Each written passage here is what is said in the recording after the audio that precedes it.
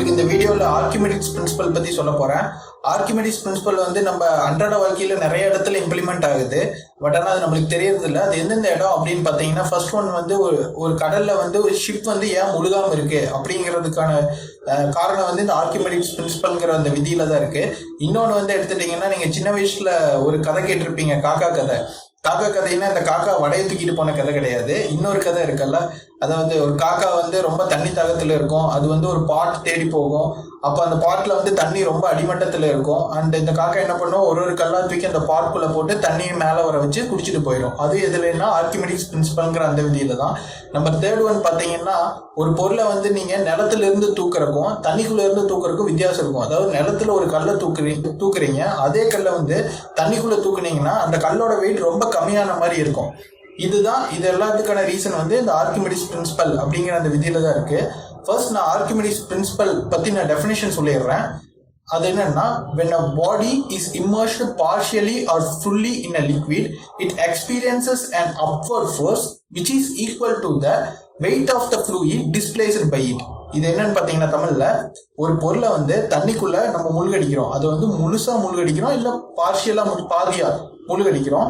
அது முழுகடிக்கும் போது ஒரு ஃபோர்ஸ் வந்து அப்வர்ட் ஃபோர்ஸ் வந்து ஒன்று ஆக்ட் ஆகுமா அந்த பாடி மேல. இப்போ ஃபார் எக்ஸாம்பிள் இந்த கல்லை எடுத்துக்கங்க. இந்த கல்லை வந்து நான் தண்ணிக்குள்ள போடும்போது ஒரு அப்வர்ட் ஃபோர்ஸ் ஆக்ட் ஆகுமா. அந்த அப்வர்ட் ஃபோர்ஸ் எதுக்கு ஈக்குவல் அப்படின்னா, weight of the fluid displaced by it. அதாவது ஒரு தண்ணிக்குள்ள இது போடும்போது தண்ணியோட மட்டம் உயரவில்லைங்க, அந்த உயர்ற மட்டம் அந்த ஃபோர்ஸ் ஆக்ட் ஆகுறது ஈக்குவல்னு சொல்றாங்க. இதை வந்து நான் தெளிவா ஒரு எக்ஸ்பெரிமெண்ட்டா நான் உங்களுக்கு ப்ரூவ் பண்றேன்.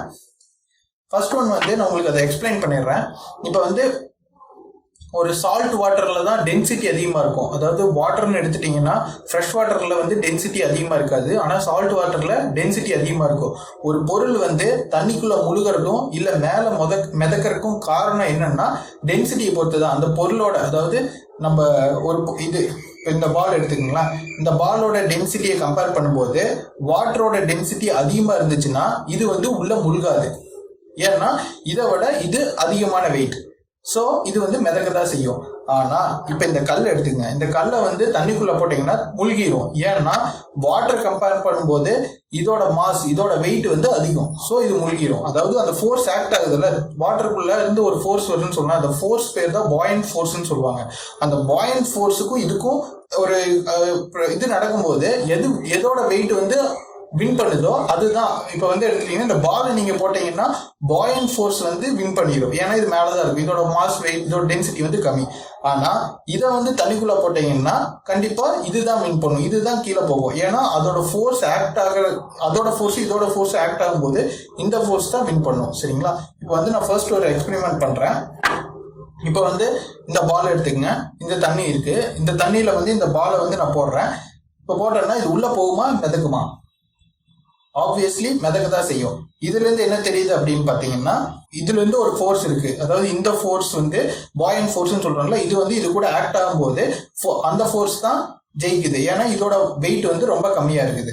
ஓகேங்களா? பட் ஆனா இப்ப இந்த ஸ்டோன் எடுத்துக்கங்க. இந்த ஸ்டோனை வந்து நான் தண்ணிக்குள்ள போடுறேன்.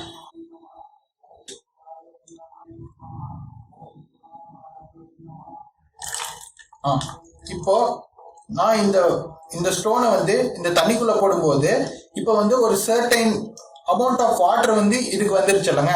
இதைதான் அந்த டெஃபினிஷன்ல சொல்லியிருக்காங்க. அது என்னன்னா, இப்போ வந்து நான் ஒரு இதுக்கு முன்னாடி ஒன்று சொன்னேன் இல்லைங்க, ஒரு கல்லை வந்து நீங்க வந்து லேண்ட்ல இருந்து, அதாவது ஒரு நிலத்துல இருந்து தூக்குறக்கும் தண்ணியில இருந்து தூக்குறக்கும் வெயிட் கம்மியா இருக்கும். அதோட கான்செப்ட் தான் இது. இப்போ ஃபார் எக்ஸாம்பிள் இந்த கல்லோட வெயிட் வந்து ஒரு 300 கிராம்னு வச்சுக்கோங்க. ஓகேங்களா? இப்போ வெளியே இருந்து தூக்குனீங்கன்னா அது 300 கிராம். ஆனா நீங்க தண்ணிக்குள்ள போயிட்டு அதை தூக்குனீங்கன்னா 150 கிராமா தான் தெரியும். அது எதனால அப்படின்னு பாத்தீங்கன்னா, இப்போ நான் இதுக்குள்ள இந்த கல்லை போட்டேன்னா ஒரு சர்டைன் அமௌண்ட் ஆஃப் வாட்டர் வந்து இந்த இதுக்குள்ள வந்துருச்சு. பாத்தீங்களா? இதுதான் அந்த கல்லோட வெயிட். புரியுதுங்களா? இப்ப அந்த 150 கிராம்ங்கிறது இந்த வாட்டருக்கு போயிருச்சு. ஓகேங்களா? இதே கான்செப்ட் தான். ஒரு ஷிப் வந்து எடுத்துட்டீங்கன்னா எதனால அது மிதக்குது அப்படின்னு பாத்தீங்கன்னா, அந்த ஷிப் வந்து அந்த ஓஷன்ல இருக்கும்போது அதோட ஷிப்போட என்ன வெயிட்டோ அந்த அளவுக்கான வாட்டர் வந்து டிஸ்பிளேஸ் ஆயிருது. அதாவது இப்ப எப்படி இந்த கல் இருக்கு, இந்த கல்லோட வெயிட்டுக்கு தகுந்த மாதிரி வாட்டர் இந்த பக்கம் வந்துருச்சு. அதே கான்செப்ட் தான். அந்த ஷிப்போட வெயிட் என்னமோ அதுக்கு தகுந்த மாதிரி தண்ணி வந்து டிஸ்பிளேஸ்மெண்ட் ஆயிருது. ஓகேங்களா, இதுதான் கான்செப்ட். இப்போ நான் பாயிண்ட் ஃபோர்ஸ்ன்னு சொன்னேன்ல, இப்போ வந்து ஒரு ஃபோர்ஸ் ஆக்ட் ஆகுது அப்படிங்கிறது, அதுல மொத்தம் 3 டைப் ஆஃப் பாயிண்ட் ஃபோர்ஸ் இருக்கு. ஒன்று பாசிட்டிவ், இன்னொன்று நியூட்ரல், இன்னொன்று நெகட்டிவ் பாயிண்ட் ஃபோர்ஸ்.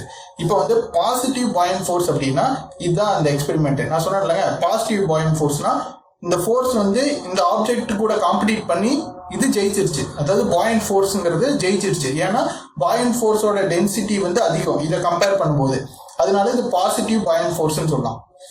ரெண்டாவது நியூட்ரல் பாயிண்ட் ஃபோர்ஸ்ன்னு சொல்லுவோம். நியூட்ரல் பாயிண்ட் ஃபோர்ஸுக்கான ஒரு கரெக்டான எக்ஸாம்பிள் என்னன்னு பார்த்தீங்கன்னா, இந்த சப்மரைன் சொல்லுவாங்கல்ல, அதாவது நீர்மூழ்கி கப்பல். அது வந்து எப்போ தண்ணிக்கு அடியிலே இருக்காது, மேலே இருக்காது, நடுமட்டத்தில் இருக்கும்ல, அது ஒரு எக்ஸாம்பிளா சொல்லலாம். அதாவது நியூட்ரல் பாயிண்ட் ஃபோர்ஸ். இன்னொன்று negative point force. Negative point ஃபோர்ஸுக்கான எக்ஸாம்பிள் தான் இது. இப்போ வந்து ஸ்டோனை வந்து நான் உள்ள போட்டேன், பாயிண்ட் ஃபோர்ஸ் அதாவது இந்த ஃபோர்ஸும் ஆக்ட் ஆகுது. பட் ஆனால் இதோ ஸ்டோன்ல இருக்கிற வெயிட்டை கம்பேர் பண்ணும்போது அந்த வாட்டரோட வெயிட் ரொம்ப கம்மி, அதோட டென்சிட்டி ரொம்ப கம்மி. ஸோ ஸ்டோன் வந்து வின் பண்ணிடுச்சு. அதனால இது வந்து நெகட்டிவ் பாயிண்ட் ஃபோர்ஸ் அப்படின்னு சொல்லலாம். ஓகேங்களா, இப்போ ஆர்கிமிடிஸ் பத்தி நான் ஒரு இம்பார்ட்டன்டான விஷயம் சொல்லணும். அவர் வந்து இதை எப்படி கண்டுபிடிச்சார் அப்படின்னு பார்த்தீங்கன்னா, அவர் வந்து ஒரு கிரீக் பர்சன். அவர் வந்து ஒரு கிங்கு கீழே ஒர்க் பண்ணிட்டு இருந்தாரு. ஒரு நாள் வந்து கிங் சொல்றாரு, இந்த அங்க வேலை செய்யற ஒரு சிற்பம் செய்யற அந்த கோல்டு எல்லாம் மேக் பண்ணுவாங்கல்ல, அவர்கிட்ட வந்து எனக்கு ஒரு கிரீடம் வேணும், அது ஃபுல்லா தங்கத்தால் ஆன கிரீடமா இருக்கணும் அப்படின்னு சொல்லி அவர்கிட்ட சில அந்த கோல்டு காயின்ஸ் எல்லாம் கொடுக்குறாரு. அதுக்கப்புறம் அந்த கோல்டு செய்யறவர் வந்து ஒரு அழகான ஒரு க்ரோன், அந்த கிரீடத்தை வந்து வடிவமைச்சு கொண்டு வந்து தராரு.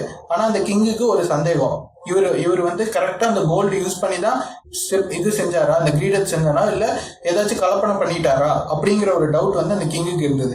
அதை வந்து ஆர்கிமிடிஸ் கிட்ட கேட்கிறாரு, இது வந்து எப்படி கண்டுபிடிக்கிறது அப்படின்னு கேட்கும்போது, டெய்லி திங்க் பண்ணி பார்த்து ஒரு நாள் அவர் வந்து குளிச்சுட்டு இருந்தாரு. அதாவது அந்த ஸ்விம்மிங் பூல் மாதிரி ஒரு இருக்கும்ல, அதுல குளிச்சுட்டு இருக்கும்போது அவர் தண்ணி இருக்கு, அவர் உள்ள இறங்கினதுக்கு அப்புறம் அவரோட வெயிட் எவ்வளவோ அதுக்கு தகுந்த தண்ணி வந்து வெளியே போயிருது. அதாவது நான் சொன்னேன்லங்க, இப்ப கல்லோட வெயிட் என்னவோ அதுக்கு தகுந்த தண்ணி வெளியே வந்துருச்சா, அதே தான் அவர் அந்த இடத்துல அவர் தண்ணிக்குள்ள இறங்கும் போது அவரோட வெயிட்டுக்கு தகுந்த மாதிரி தண்ணி டிஸ்பிளேஸ் ஆயிருது. அதை வச்சு அவர் கண்டுபிடிச்சிட்டாரு. எப்படின்னா, அதுக்கப்புறம் அவர் கிங் கிட்ட போய் சொல்றாரு, ஒரு பெரிய ஒரு பாட் எடுத்துக்கிறாரு. அந்த பாட்ல அந்த கோல்டு காயின்ஸ் இதே மாதிரி இப்ப நான் கல்ல போட்ட மாதிரி கோல்டு காயின்ஸ் போடுறாரு, எவ்வளவு தண்ணி வெளியே வருது அப்படின்னு பாக்குறாரு. ஓகேங்களா, ஃபர்ஸ்ட் அதை பார்த்து எடுத்து வச்சுக்கிட்டாரு. ரெண்டாவது அந்த கிரீடம் இருக்குல்ல, அந்த கிரீடத்தை அதே அளவான தண்ணியில இப்ப வந்து உள்ள இமர்ஜ் பண்றாரு. உள்ள போடும்போது அதே அமௌண்ட் ஆஃப் அந்த கோல்டு காயின் போடும்போது எவ்வளவு தண்ணி வந்துச்சோ அதே தண்ணி தானே இப்பவும் வரணும். ஸோ எல்லாமே ஈக்குவலான வெயிட்டா இருக்கணும். பட் ஆனால் அது ஈக்குவலான வெயிட் இல்லை. ஸோ அதுக்கப்புறம் கண்டுபிடிச்சிட்டாரு இதுல கலப்படம் இருக்கு அப்படிங்கிறது. இதுதான் ஆர்கிமிடிஸ் பிரின்சிபல்ங்கிற உருவான ஒரு கதை. தேங்க்யூ ஃபார் வாட்சிங் my video. Have a nice day guys.